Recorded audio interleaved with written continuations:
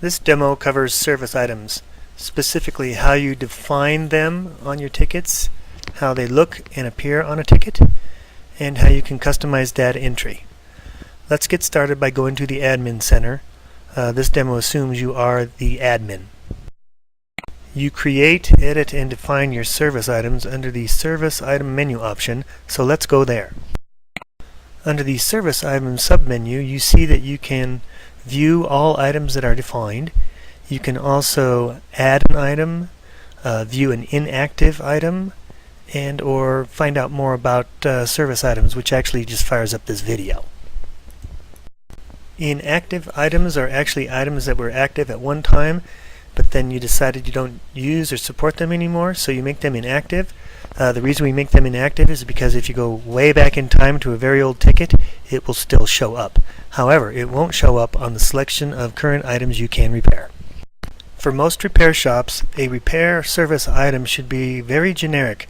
For example, let's take a look at the chainsaw. We can have a chainsaw made by Makita with a part or model number of the MK5000. And I'll show you how we get to that point, but right now we're just talking about the very high level, a chainsaw. Same with an electric drill. An electric drill could be a Craftsman, or the list goes on and on, but the very top level of a service item is what you should be focusing on at the beginning. Let's take a look at how easy it is to edit and or manage a repair item. As you can see, there's not much to it. You enter in a repair item name and then you say whether or not it's active. Hit submit to save your changes and you're done. Pretty simple. When you first sign up for RepairTRAX, RepairTRAX auto-populates some top-level repair or service items for you based upon the store type you indicated when you signed up. Once you are happy with your list of repair items, you now can further define other additional entries, if you want, to further enhance your ticketing system. Let's take a look and see how that's done by going to the Settings area. Within the store settings, you have additional options with regards to service items and how the data is collected, but I need to scroll down to show you that, so hold on a second. Notice the service item settings area. Here you have 4 particular things you can do. The first one is to define how serviced item rules are established. Let's take a look at the drop down to see what our options are. As you can see, there are 2 options. One is anybody can add a service item on the fly, and the other one is only admins can add a service item on the fly. On the fly means creating a ticket live dynamically, and you run across a situation where a new service item comes in and it's not within your original service item list. For example, if a router came in and you never entered a router, then you could, if the settings were correct, could add a router service item on the fly. So, depending on how your store is set up, you can either have anybody add it or just admins add it. It all depends on how you want to run your shop. Your next service item setting is the actual label that will appear on the ticket when you are entering in the service item.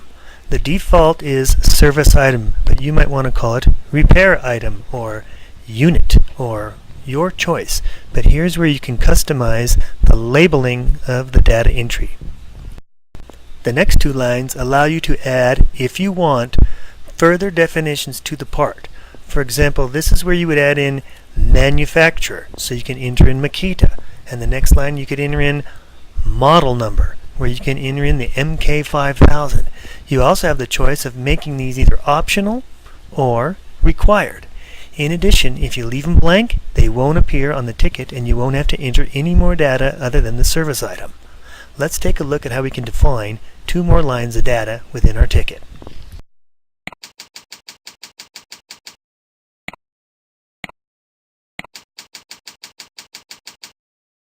Okay, I'm just going to scroll down a bit.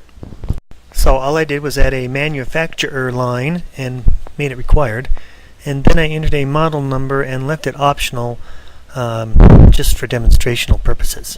This is all up to you and all how you run your own store. Now I need to save my changes by clicking submit. Now let's see how our changes have impacted the ticketing system. Let's go back to the main menu. and then click on Tickets. Notice that on the ticket list we have the item and progress area, and notice that the first one, lawnmower, that is the item that was entered. The second item down was our manufacturer. This will show up if you choose to enter in the second item.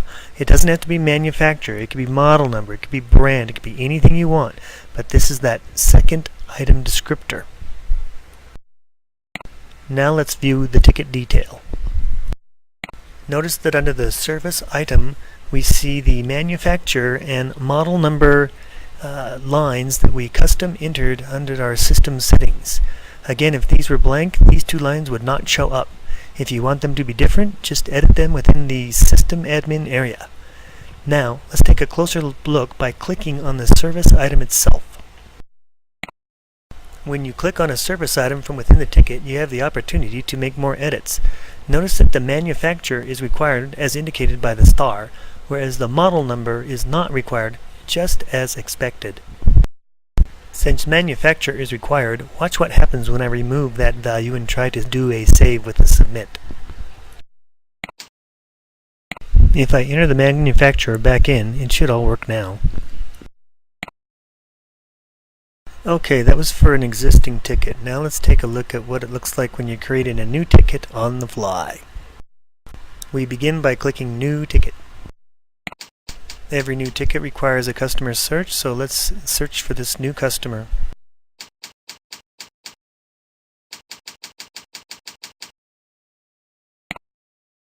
Okay, the minimal information of our new customer has been there. The customer has been created. Let's scroll down a little bit here. Hold on.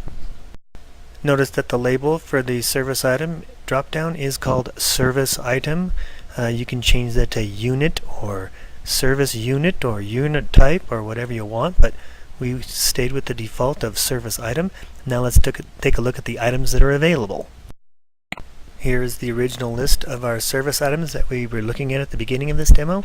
Let's say the customer brought in a router though, just like we talked earlier, and we don't have a router, but since I'm the admin and I can add a service item on the fly, I'm going to go ahead and add the router now. And then finish out the item with the manufacturer and optional model number. Let's do it. And just for fun and excitement, let's add some accessories too. Woo! And then submit to save. Okay, our ticket's just about complete, but notice that we have service item as indicated by our label, manufacturer as indicated by our label, and model number as indicated by our label. Remember, all three of those can be changed, and the last two of them can actually be removed if you choose. I'll go ahead and assign this ticket. And go ahead and tell them what's wrong with it. And submit to save. Notice our new ticket has the service item along with the manufacturer listed within the ticket. And if we view the ticket, we see our expected results. That ends the demo. Have a great day.